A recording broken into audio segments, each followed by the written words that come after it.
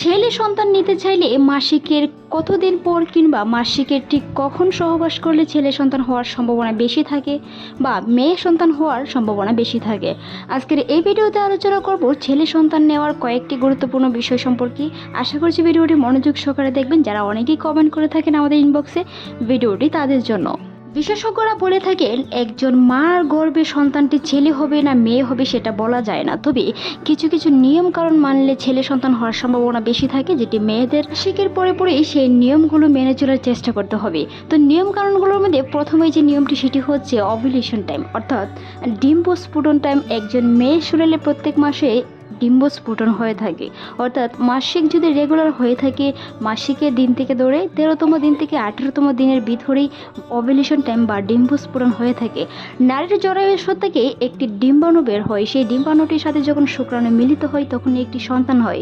তবে এই সন্তানটি ছেলে হবে কিভাবে? যেন পুরুষের শুক্রাণু যদি হেলদি ও শক্তিশালী হয়, সেই সাথে ডিম্বস্ফুটনটি হয়ে থাকে, তাহলেই কিন্তু ছেলে সন্তান হওয়া সম্ভব। কারণ যে কথাই বলতে গেলে একজন মেয়ের শরীরে শুধু কন্যা সন্তান জন্ম দেওয়া সম্ভব, কারণ একজন মেয়ের শরীরে শুক্রাণু থাকে XX এবং একজন ছেলের শরীরে শুক্রাণু থাকে XX এবং XY। XY যখন XX এর সাথে মিলিত হয় তখন সন্তানটি ছেলে সন্তান হয়, আর যখন XX এর সাথে মিলিত হয় তখন সন্তানটি কন্যা সন্তান হয়।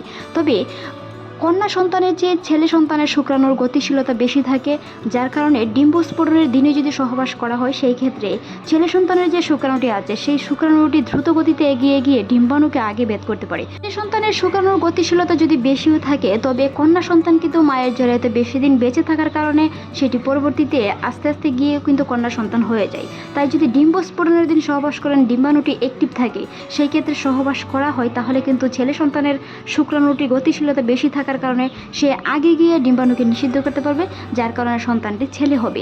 তাই সহবাসের আগে অবশ্যই পুষ্টি সমৃদ্ধ খাবার, পর্যাপ্ত পরিমাণে পানি, গরম দুধ, এমনকি ডিম খাওয়ার চেষ্টা করুন, যেটি আপনার শুক্রাণুকে হেলদি ও শক্তিশালী করবে, যে আপনার ছেলে সন্তান হওয়ার সম্ভাবনাও বাড়িয়ে দেয়। অর্থাৎ ডিম্বস্ফোটনের আগে যদি সহবাস করেন, অর্থাৎ মাসিকের 10তম দিন থেকে 13তম দিনের ভিতরে সহবাস করলে মায়ের জরায়ুতে কিন্তু ছেলে সন্তানের শুক্রাণুটি কম দিন বাঁচার কারণে সেটি মারা যায়।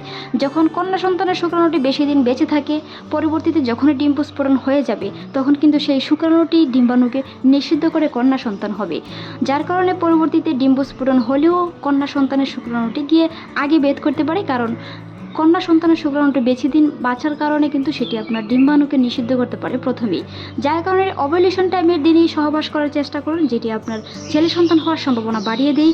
কারণ একজন মায়ের জরায়ুতে XX থাকে এবং বাবার শরীরে XY থাকার কারণে ডিম্বস্ফোটনের দিন সহবাস করলে XY এর গতিশীলতা বেশি থাকার কারণে সেটি সর্বপ্রথম ডিম্বাণুকে নিষিদ্ধ করতে পারে। সেই বিষয়গুলো অবশ্যই খেয়াল রাখতে হবে। সহবাসের পরে যখন আপনি ডিম্বস্ফোটনের দিন সহবাস করবেন কিংবা ওভুলেশনের টাইমের দিনই সহবাস করবেন, ওভুলেশনটা অনেকেই বুঝেন না, সেটি বাজারে বিভিন্ন ধরনের কিট কিনতে পাওয়া যায়, ওভুলেশন কিট, সেগুলো পরীক্ষা করে দেখতে পারেন ওভুলেশন হয়েছে কিনা, কিংবা নারীর বিভিন্ন লক্ষণের মাধ্যমে বোঝা যায় যে ওভুলেশন টাইমটি হয়েছে কিনা। তা নিয়ে আমাদের চ্যানেলে অসংখ্য ভিডিও আছে, চাইলে ভিজিট করে আসতে পারেন। ছেলে এবং মেয়ে সুস্থ সন্তানই কাম্য। একজন মা সুস্থ থাকলে একজন সন্তান সুস্থ হবে, সেটি সবচেয়ে বড় বিষয়। তবে দুশ্চিন্তামুক্ত থাকার চেষ্টা করুন। চিন্তামুক্ত থাকার কারণে কিন্তু অনেক সময় মায়ের শরীর সুস্থ থাকে, দুশ্চিন্তামুক্ত থাকার কারণেও কিন্তু অনেক সময় মা সঠিক সিদ্ধান্ত নিতে পারে। তাই দুশ্চিন্তামুক্ত থাকুন। দুশ্চিন্তা করার কারণে অনেক সময় হরমোনের হুটানামা থেকেও বিভিন্ন ধরনের সমস্যা হতে পারে।